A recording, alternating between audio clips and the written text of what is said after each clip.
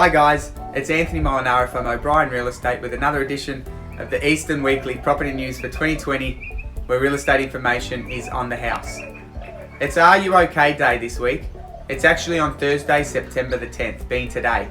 Now, if 2020 has taught us anything, it's the value of having genuine conversations with people who are struggling. There is absolutely no doubt people are feeling down through connection, and we can gain strength ourselves. But during COVID-19, I've made it a mission to make daily calls to my clients, my friends, my colleagues, and it's the simple things that matter, like hearing a familiar voice or a different voice to your own that helps, and it's great to give that vitamin C, vitamin connection that is. Now here are two quotes I have been thinking about this week. Remember, sometimes not getting what you want is a wonderful stroke of luck, from the Dalai Lama. And the other one being, only in the darkness can you see the stars, from Martin Luther King Jr. Now onto the good news this week. Well, we have beaten the predictions the Reserve Bank was predicting. They were predicting a 10% drop in Australia's GDP growth this quarter, and what in fact happened was the economy contracted by 7%. Now, although that's the worst result we've had since 1945, the result fares the best out of most of the developed countries across the globe, with the average drop for developed countries being 11%. With the worst result for a developed nation being the United Kingdom, who are experiencing a drop of 20.4%.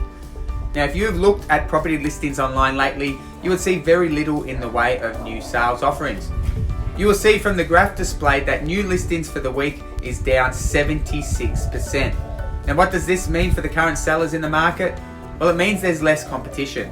We are receiving fantastic inquiry from buyers, and although our selling methods are virtual, we're experiencing some success for particular properties that can be virtually inspected with the assistance from our vendors and tenants, of course. We're holding virtual consultations and appraisals and providing advice to our clients on the options available to them to either sell now or how they can be prepared to sell day one out of lockdown. Now, as it stands, listings are down 24.4% for the year, but the long-term historical listing trend is actually down around that 30 to 35% mark, and that presents a greater opportunity for sellers due to the lesser selling competition. Now, reviewing the sales across the state for the week, according to CoreLogic, there were 24 auction results this week, whereas last year we had 765, and from a private sale perspective, we had 877 private sales. Our combined average weekly sales for the entire state ranges from 1,400 to 1,600 sales. The sad side of these numbers, well, it's that shelter is essential to people, and our current restrictions is causing people great difficulty in securing shelter. The other side of the coin is the effect that the limited real estate transactions is having on stamp duty revenue for the Victorian state government. Stamp duty accounts for 42% of the state's revenue, so the financials for the Victorian government would be affected to the tunes of billions of dollars at the moment. Now, here are the main economic headlines for the week. Council approvals to build new homes rose by 12% in the month of July. International trade in the June quarter was in surplus by a record $17.7 billion. Retail trade rose by 3.2% in July to be up 12% on the year, and the US jobless rate fell from 10.2% to 8.4% in August, with 1.371 million jobs created.